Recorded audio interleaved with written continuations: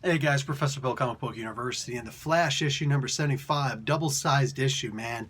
This was really good. I'm going to open up the comic book in the middle and show you the page. Don't worry, what they show on that page has absolutely nothing to do with the comic book itself, but it's beautiful to look at. This has nothing to do with the comic book itself. These characters do not appear.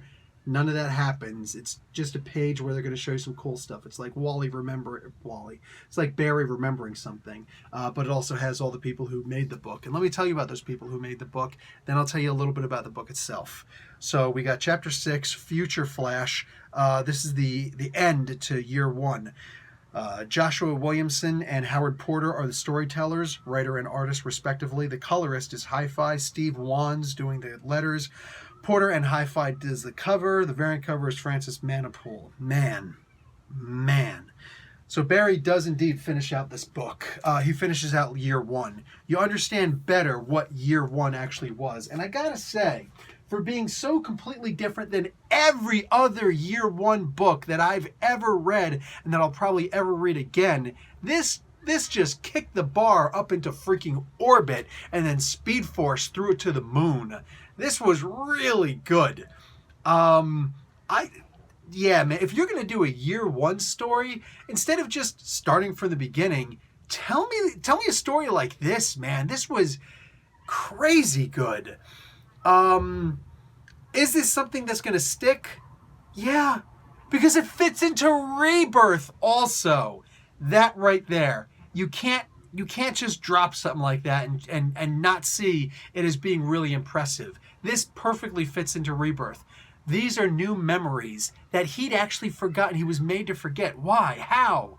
Well, to be determined later, but for now, he's got them back. What's he going to be able to do with those memories? Ooh, I can't wait to see, especially with what's coming next. You go and check out my On the Horizon videos for the future events of what's happening in the Flash, because all those what do you call it? The future solicits, that's in the On the Horizon videos that I do.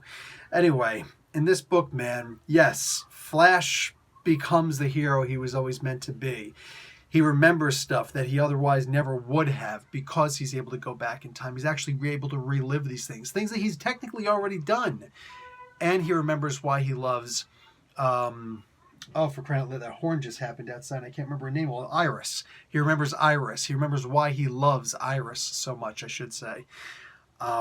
I loved this book. Like isn't enough. I loved this book. Everything about this book was just so good. And even if somehow you weren't because I can understand why some people wouldn't like the Flash year 1, because it is so radically different from every other year 1 story out there. It's not a standalone. It's not a separate book. It's not its own thing. It's not its own standalone. It happens inside of this actual story. I can see why some people would be put off by it. But I think that if you've been reading the other ones and you get to this issue, suddenly you're going to look back on this whole year 1 debacle, if that's what you're calling it in your mind. You'll be able to look on it with fresh eyes and suddenly realize that this was actually the most ingenious way of doing a year 1. Absolute best. This was solid storytelling by the storytellers. I love this book. I don't see why anybody wouldn't. Guys, do not sleep on this one.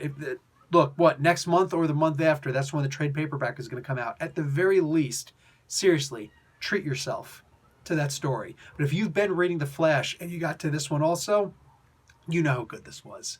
I'm done, guys. Professor Bill, Comic Book University. Class dismissed.